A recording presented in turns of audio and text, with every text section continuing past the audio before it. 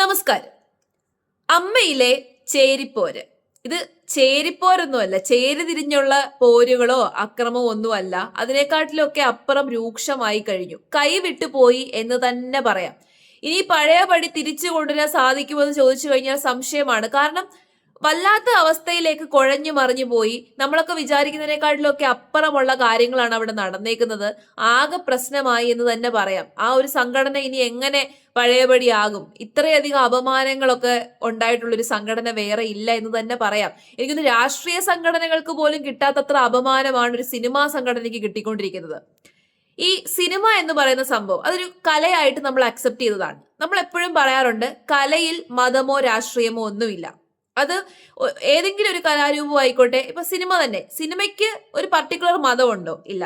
ഒരു പർട്ടിക്കുലർ രാഷ്ട്രീയമുണ്ടോ? ഇല്ല. ഒരു രാഷ്ട്രീയ പാർട്ടിയുടെയും ഒരു മതത്തിന്റെയും കുത്തകയല്ല സിനിമ. ആർക്കും ഏത് രീതിയിൽ വേണമെങ്കിലും ഇന്റർപ്രറ്റ് ചെയ്തെടുക്കാൻ പറ്റുന്ന ഒരു സംഭവമാണ്. അതേപോലെ തന്നെ ആയിരിക്കണം സിനിമാക്കാര് ചേർന്ന് ഉണ്ടാക്കിയെടുത്തൊരു സംഘടനയും. ആ സംഘടനയിൽ മതം ഉണ്ടാകാൻ പാടില്ല, രാഷ്ട്രീയം ഉണ്ടാകാൻ വേണ്ടി പാടില്ല. ആ സംഘടനയിലുള്ള വ്യക്തികൾക്ക് വ്യക്തിപരമായ രീതിയിലുള്ള മതങ്ങളും വിശ്വാസങ്ങളും രാഷ്ട്രീയവും ഒക്കെ ആവാം. പക്ഷേ ആ മതവിശ്വാസമോ രാഷ്ട്രീയമോ ഒന്നും തന്നെ എവിടേക്ക് വരാൻ വേണ്ടി പാടില്ല, ആ സംഘടനയിലേക്ക് വരാൻ വേണ്ടിയിട്ട് പാടില്ല. ഇനി ഞാൻ നിങ്ങളെ ഒരു വീഡിയോ കാണിച്ചു തരാം. ഇല്ല, ഞാൻ ഇത് കമ്മിറ്റിയിൽ ശ്വേത ചേച്ചിയാണ് ആദ്യം കൊണ്ടുവന്നത്. അന്ന് പറഞ്ഞത് 1 കോടി എന്നായിരുന്നു. അത് എഗ്രിമെന്റ് ആയപ്പോൾ 75 ലക്ഷമായി മാറി. 25 ലക്ഷം എവിടെ പോയി എന്ന് എനിക്ക് അറിഞ്ഞൂടാ. എഗ്രിമെന്റ് ആയപ്പോൾ 75 ലക്ഷമായി. പക്ഷെ ഈ ഒരു കാര്യം കൊണ്ടുവന്നപ്പോഴേ ഞാൻ എതിർത്തു. നമ്മുടെ ധാർമ്മികതയ്ക്ക് ചേരുന്നതല്ല ഈ കാര്യം. അമ്മയിൽ 32 വർഷമായിട്ട് ഒരു മതസ്ഥാപനങ്ങളും കടന്നുകൂടിയിട്ടില്ല, ഒരു മതചിഹ്നങ്ങളും കടന്നുകൂടിയിട്ടില്ല. ഇന്ന് നിങ്ങളൊരു ടെമ്പിൾ കൊണ്ടുവരികയാണെങ്കിൽ നാളെ ഒരു മോസ്ക് വരും, പിന്നീട് ഒരു ചേർച്ച് വരും, അങ്ങനെ മതസ്ഥാപനങ്ങൾ വരും, ഒരുപാട് രാഷ്ട്രീയ പാർട്ടികൾ വരും. അത് വരാൻ പാടില്ല. വളരെ സന്തോഷത്തോടെ കഴിഞ്ഞു പോകുന്ന ഒരു സ്ഥാപനമാണ് അമ്മ. അമ്മയിൽ അങ്ങനെ കൊണ്ടുവരരുതെന്ന് മാത്രമാണ് ഞാൻ പറഞ്ഞത്. അതെന്ന് പറഞ്ഞോ അന്ന് തുടങ്ങി ഏറ്റവും കൂടുതലുള്ള വൈരാഗ്യം കാണിക്കാൻ. എനിക്കെതിരെ വ്യാജ പരാതി കൊടുപ്പിക്കുന്നു ലക്ഷ്മി പ്രിയയെ കൊണ്ട്. തൃപ്പൂണിത്തുറ പോലീസ് സ്റ്റേഷനിൽ ഒരു നോട്ടീസ് പോലും ഇല്ലാതെയാണ് ആ പോലീസ് സ്റ്റേഷനിൽ എന്നെ മാനസികമായിട്ട്. കേട്ടല്ലോ. അപ്പൊ ഒരു സിനിമാ സംഘടനയെ എന്തിനു വേണ്ടിയിട്ടാണ് ഒരു അമ്പലത്തിന്റെ സ്പോൺസർഷിപ്പ് വാങ്ങിക്കുന്നത്? അതിന്റെ ആവശ്യമുണ്ടോ? സത്യം പറഞ്ഞു കഴിഞ്ഞാൽ അൻസിബ ചോദിച്ച ചോദ്യം വളരെ വ്യക്തമായിട്ടുള്ളൊരു കാര്യം തന്നെയാണ്. അതിന്റെ ആവശ്യമില്ല, അല്ലേ? അമ്പലത്തിൽ നിന്ന് വാങ്ങിക്കുമ്പോൾ നാളെ പള്ളികളിൽ നിന്ന് വാങ്ങിക്കേണ്ടി വരും, പിന്നെ മോസ്കുകളിൽ നിന്ന് വാങ്ങിക്കേണ്ടി വരും. അത് വേറെ പല വിഷയങ്ങളിലേക്ക് പോവും. ഇപ്പൊ തന്നെ പണ്ട് സിനിമ എന്ന് പറഞ്ഞു കഴിഞ്ഞാൽ സ്വതന്ത്രമായിട്ട് ആവിഷ്കരണ സ്വാതന്ത്ര്യമുള്ളൊരു മേഖലയായിരുന്നു. എന്നാൽ ഇന്ന് സിനിമയ്ക്ക് സ്വന്തമായിട്ട് ആവിഷ്കരണം പോലും ഇല്ലാത്തൊരു സാഹചര്യമാണ്. എന്തെങ്കിലും ഒരു വിവാദം ഉണ്ടായി കഴിഞ്ഞാൽ അപ്പൊ അത് വിവാദമാക്കും. സിനിമയാണ്, ആവിഷ്കാര സ്വാതന്ത്ര്യമുണ്ട്, അതൊരു കലാരൂപമാണ് എന്ന് പോലും ആലോചിക്കാതെ പല ആൾക്കാരും വിവാദങ്ങളും പ്രശ്നങ്ങളും ഒക്കെ ഉണ്ടാക്കുന്നത് നമ്മൾ കാണുന്നതാണ്. അത്തരം ഒരു സാഹചര്യത്തിൽ ഒരു മതസ്ഥാപനങ്ങളിൽ നിന്ന് സ്പോൺസർഷിപ്പ് വാങ്ങിക്കാൻ പാടില്ല. അൻസിബ ചോദിച്ച ചോദ്യം വളരെ ജെനുവിൻ ആയിട്ടുള്ളൊരു കാര്യമാണ്. ഈ ചോദ്യം ചോദിച്ചതിന്റെ പേരിലാണ് അൻസിബയെ അവിടെ ഒറ്റപ്പെടുത്തിയതെന്നാണ് അൻസിബ പറയുന്നത്. കള്ളപ്പരാതി കൊടുക്കുകയും പോലീസ് സ്റ്റേഷനിൽ വിളിച്ചു വരുത്തി വിഷമിപ്പിക്കുകയും ഒക്കെ ചെയ്തതെന്നാണ് പറയുന്നത്. ഇനിയും ഇതിപ്പോ മതം, ഇനി രാഷ്ട്രീയപരമായിട്ടുള്ള ബന്ധവും അവിടെ ഉണ്ടാകുന്നുണ്ട്. ശ്വേതാ മേനോൻ വഴി രാഷ്ട്രീയപരമായ ബന്ധം വരുന്നു, രാഷ്ട്രീയ പാർട്ടിയുടെ പേര് അവിടേക്ക് ഉന്നയിക്കപ്പെടുന്നു. ഇതൊക്കെ വളരെ മോശമായിട്ടുള്ള കാര്യമാണ്. ഇനി അടുത്തൊരു വീഡിയോ കൂടി ഞാൻ കാണിച്ചു തരാം. 2 വർഷമായി അമ്മയിൽ നടക്കാത്തതുമായ കാര്യങ്ങൾ അവിടെ നടക്കുന്നതായിട്ടാണ് ഞങ്ങൾ സംശയിക്കുന്നത്. അതിന് എനിക്കൊരു ആധാരവുമുണ്ട്, വെറുതെ പറയുന്നതല്ല. നിങ്ങൾ ഈ വീഡിയോ എത്ര പേര് ശ്രദ്ധിച്ചിട്ടുണ്ടെന്ന് അറിയില്ല, ഞാനൊന്ന് പ്ലേ ചെയ്യാം.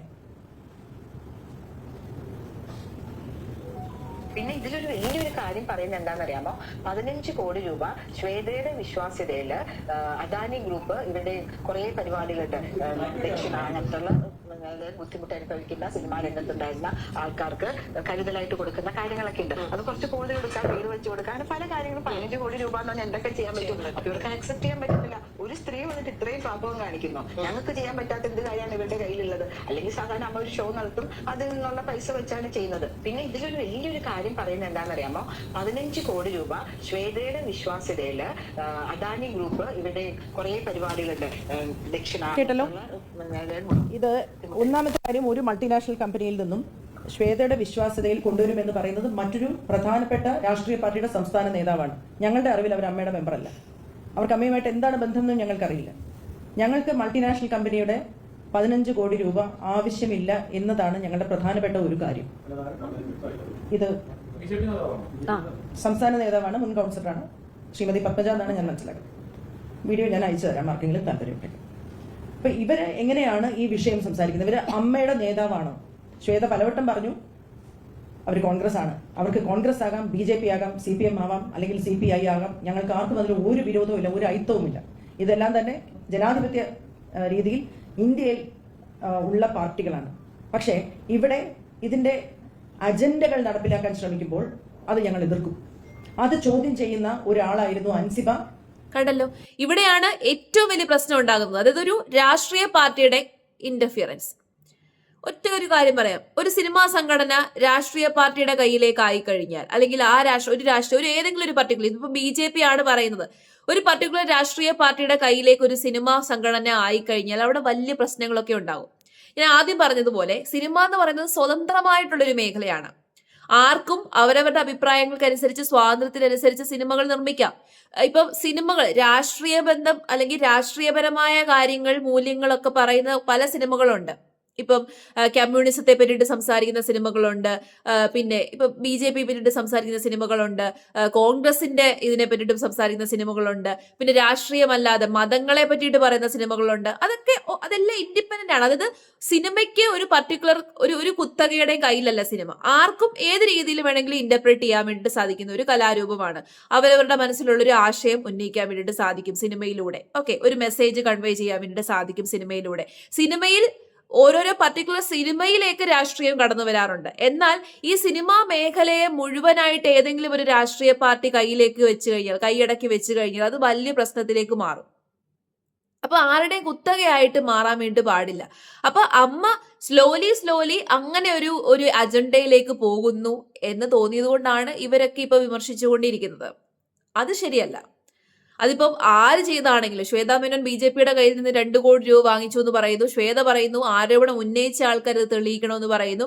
ശരിക്കും പറഞ്ഞു കഴിഞ്ഞാൽ വ്യക്തമായ തെളിവുകളൊക്കെ ഉന്നയിച്ച് വ്യക്തമായ തെളിവുകൾ കൊണ്ടുവന്ന് ഇതിനെതിരെ ഒരു തീരുമാനം ഉണ്ടാക്കുക തന്നെ ചെയ്യണം. ഇല്ല എന്നുണ്ടെങ്കിൽ ഇത് വല്ലാത്ത പ്രശ്നങ്ങളിലേക്കൊക്കെ പോകും. നാളെ ഇത് വലിയ അപമാനത്തിലേക്കൊക്കെ പോകും. നിങ്ങളൊരു കാര്യം ശ്രദ്ധിച്ചോ, ഈ വിഷയത്തിൽ നിന്ന് വലിയ വലിയ താരങ്ങൾ, നമ്മുടെ സൂപ്പർ സ്റ്റാറുകളൊക്കെ തന്നെ ഈ വിഷയത്തിൽ നിന്ന് വിട്ടു നിൽക്കുകയാണ്. ആരും ഈ വിഷയത്തിലേക്ക് തിരിഞ്ഞുപോലും നോക്കുന്നില്ല. മോഹൻലാൽ ആയിക്കോട്ടെ, മമ്മൂട്ടി ആയിക്കോട്ടെ, സുരേഷ് ഗോപി ആയിക്കോട്ടെ, ആ താരങ്ങളൊക്കെ തന്നെ ഇതിലേക്കൊന്നും ഇതിന്റെ പരിസരത്തേക്ക് പോലും വരുന്നില്ല. കാരണം അവർക്കറിയാം അത്രയും നാണം കെട്ട പരിപാടിയാണ് നടന്നുകൊണ്ടിരിക്കുന്നതെന്ന്. സ്ത്രീകൾ അങ്ങോട്ടും ഇങ്ങോട്ടും സംസാരിക്കുന്നത് ഒഴിച്ചു കഴിഞ്ഞാൽ ഇപ്പൊ പിഷാരടി വന്നു.